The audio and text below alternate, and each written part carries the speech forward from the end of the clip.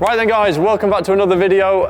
This time round I'm going to show you around the sheds of vehicles guided under £5,000. So obviously value for money and so forth. It should be very good. We're going to start with the TVR behind me here. Convertible look as well, summer's around the corner. Block rest of your air off while you're driving down the road. No, exactly. Don't do my airline any good when I drive around in one of these.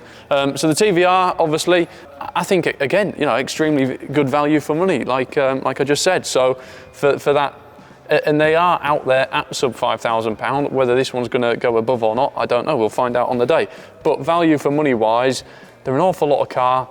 Great big V8. They sound the business. You know, they're a head turner. Most people who aren't into said TVRs, they look like 15 grand's worth, don't they? You know, if that went down the road, you heard it, you know, polished up at a car show, most people would think, bloody hell, that looks a hell of a car. I bet that's 15 grand at least. Yeah, they do. So yeah, a little bit like the Bentleys. You know, we go on and on about the Bentleys because they're ever so popular and we get a lot in. You know, most of the Joe public, you put a private plate on a Bentley and they think, blimey neck, don't they? You know, just bought it for 9 grand and you know, you're laughing really, aren't you? So anyway, TVR, and then moving on, the Spitfire. This one in particular, the estimate on this one is 4 to 5. Generally speaking, most Spitfires are around this sort of value, condition dependent obviously of course, but your average Spitfire is probably around the 5k mark. So for a nice one you obviously pay that bit more, but this one in particular, guided 4 to 5, nice bright looking car. I genuinely would run a little Spitfire. I think they're great value for money, you know, similar to you can't go wrong with an MG being a midget. I'm sure they're going to be coming up shortly. We're bound to have a few of them floating about, but I think parts are still readily available. They drive and nice, and a nice one drives nice and keeps up with everyday traffic. You know, mechanically there ain't really a lot to go wrong, is there, like on most of these old cars? So yeah, I just think they're a lovely shape. They're a pretty little car, especially obviously you know, convertible, and yeah, I just think they look the business. So there you go. We'll move on to the next one. And the next one on the list is the old Talbot Sunbeam in black. Obviously most of them are red leather interior, lovely. I love. Most people get a little bit wary with column change. I love driving column change. I think it's a real pleasure to drive. Once you've done a couple hundred yards in it and you've gone through the gears, you soon get used to it. It's super easy and really smooth, and I like column change, but it puts a lot of people off, but it shouldn't do, because when you drive them and you get used to it, lovely gearbox, really nice. So this one in particular, super car. Drove in, yeah, the vendor drove it into the auction. Super usable, not absolutely concourse, but I think usable is the key word there. Nice example, looks the part really, more than anything. We've got a guide price of 4 to 4.5 on it, which I think is super sensible. Again, like your average one is sort of around that value. Obviously there's exceptions, but no, nice, smart car. And it'd be one really where there's an argument to say, you know, as long as it's fair weather, you could use it, you know, quite often. It's not one of them what you'd have to park up in a garage over winter. You could use it on a fair day, and yeah, super clean, super nice to drive. Just a nice usable car really for that sub sort of £5,000 mark. So yeah, a great classic, and it just goes to show you don't have to spend, you know, a fortune on something when there's, you know, things like this available and what I'm showing you today. We'll move on to the next one over here. Then moving on to the ever popular MGB. We love them, everybody loves them, don't they? I've got a bit of a soft spot for MGBs. This one in particular, a GT, look, as you can see. My other Grandad Ray, he's always been into them.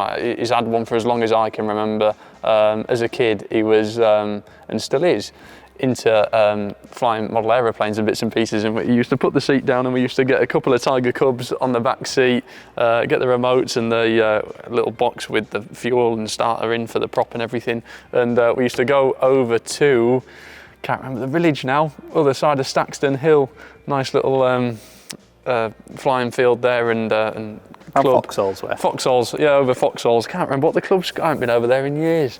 But yeah, he used to take me over in his MGB, and yeah, planes in the back, and then we'd go and spend an afternoon and mess around with the planes. He'd predominantly crash them all the time, which was hilarious. We all used to take the mick out of him.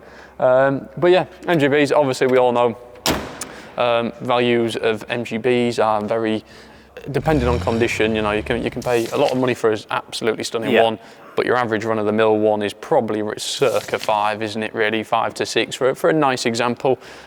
This one in particular looks a bright car, not perfect on the paint and the body, little bit ripply in places and so forth naturally, but they're super easy. Again, similar to the Spitfire we were talking about earlier on.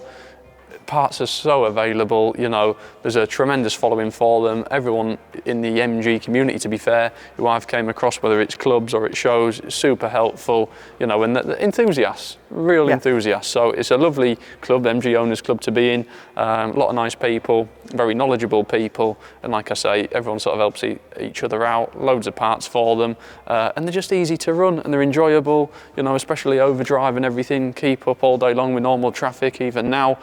And they're a bonny, usable, iconic car really. So yeah, this one's came in with a guide price of 4 to 4.5. See what it winds up doing on the day, and we'll go from there. We'll just nip outside and see the one in the yard, and then we'll head down to Unit 1. Right then guys, we're proudly partnered with Footman James. They're a knowledgeable and professional team who have been insuring classic cars for decades. We insure all of our own cars with them as well. If you're thinking of buying a classic or need cover, check out the link in the description for a free quote. Back to the video. Just quickly before we go outside, I just walked past this and it just reminded me of the weekend. I was just telling the lads I had a funny story to tell. I was going over to other side of Skipton with Meg's family at the weekend, and little Max, and they arrived Thursday. I held back at work and set off late Friday night, and I'm going on the way to Harrogate, and they're quite iconic. I used to go over there as a kid because my mum's family's from there. We used to call them the Golf Balls. I think it's RAF Menwith Hill or something, and they're lovely big flowy roads, and I didn't set off till home till I think 8:30, 9 o'clock, and it's a couple of hour drive, so I'm cruising along, obviously doing the speed limit, and there's some rear lights in front of me which I was not trying to catch up on, but I'm thinking I'll catch them up in a minute and overtake them, because it was late and it was dark and the roads were quiet and the lovely straight flowy roads. Anyway, these rear lights weren't getting any closer. I'm thinking, blooming heck, what's that? It was a silver Fiat Seicento like this, cruising along at the speed limit. And I couldn't believe it. I was giggling to myself, and then eventually I was following him for a bit, laughing my head off because the car's leaning around these corners, and we eventually got to a set of temporary traffic lights, and there was a reasonably old boy in the driving seat, absolutely flying in one of these little things, and it was just, I was giggling for ages to myself. But anyway, funny little story. Boys and their toys. Boys and the toys, there you go. Even in the Fiat Seicento you can have a load of fun, can't you? Anyway, we'll go outside and look at the next one. Last one up in Unit 3 before we go down to Unit 1 is the little Mini. Look, what we got on there? 4 to 5 guide price on this one. Now, funny enough, I was talking to Dad about the other day, we get offered loads of Minis, and one of the most hardest things, in my opinion, for me personally, is to value Minis, because there's so many makes and models and certain years of worth this, and John's the Mini man, but oh, you're dragging me into it. I'm dragging John into it. John the cameraman. How many Minis have you got, John? I've got a Mini. Oh, I thought you had a few. No, I've got a Mini. A Mini. Yeah. Oh, right. You know all the makes and models, don't you? Oh, don't get me drunk. I just find them extremely hard to value. Yeah. It was the... Well, that's the Cooper, isn't it, with the sports pack on? Right, there you go. John will tell you. Do you want the microphone quick? Yeah. Yeah, extremely hard to value for me anyway. They all look the same, don't they? But anyway, I'm sure everyone will be shouting at me John's saying, shaking his head over here. John's shaking his head, look. But anyway, little Mini for under 5k. Go on, John. Is it what value-wise? Where do you value it? This came in with I'm dragging you into it. Yeah, I'm trying to work here. You're dragging me into this. You can take the rap for this one. Where do you think it's going to end up? It depends a lot, doesn't it, on condition. A lot with the Minis, it depends underneath, all that sort of thing. You're absolutely right. Where do you put it? Anywhere from 5 to 8. Yeah. It's whoever wants it. Of course it is. You sound just like a Mathewson, John. Strange. Anyone would think you've been working with us for about... appear that way, wouldn't it? Anyway, we'll go down to Unit 1. Thank you, John. Anytime.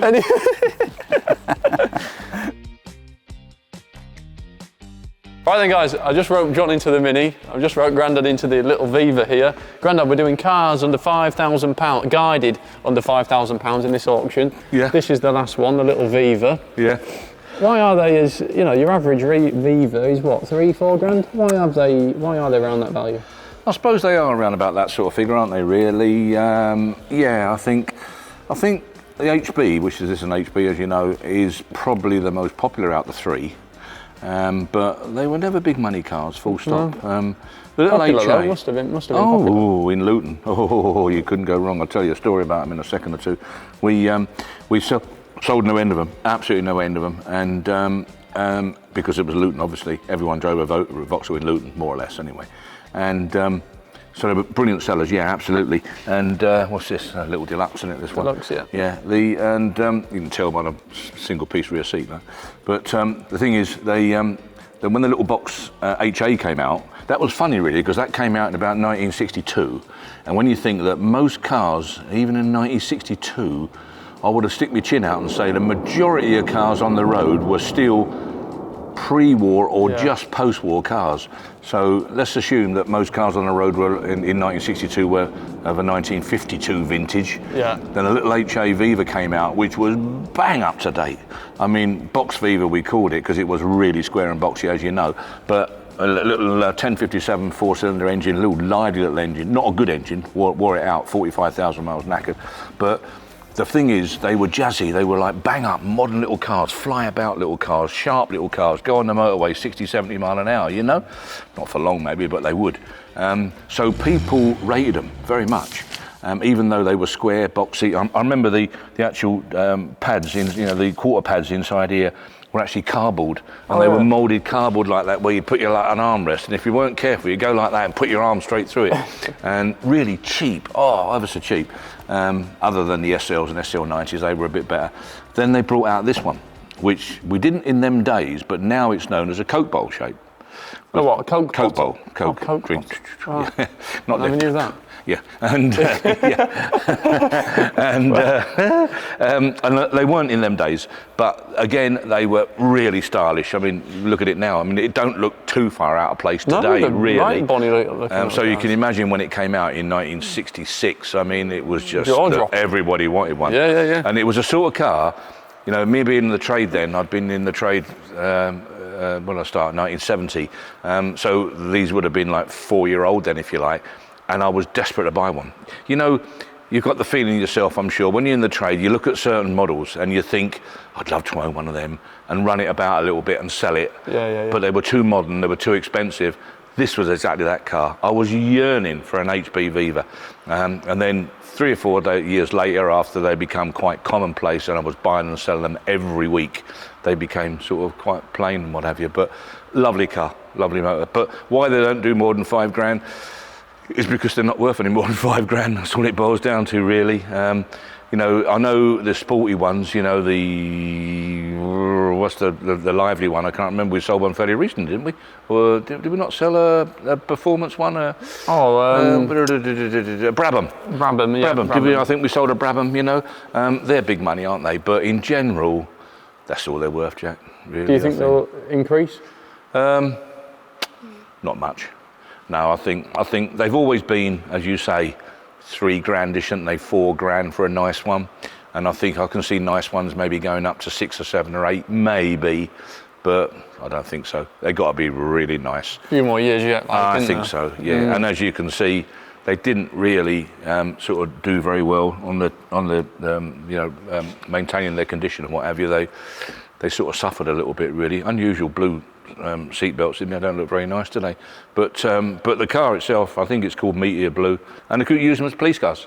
Couldn't? Yeah, no, they did. Right. Popular police cars. Oh, right. Yeah, of course. Real popular police. Yeah, so that, a few police that cars helped them along a little we bit. sold quite a few, haven't we? We sold a number of police cars. Oh, absolutely, yeah. What do you think of them? I think they're a body-looking car. They've got similar sort of styling to an Escort as well, haven't they? I think that's why they maybe don't look too out of place, like you were saying.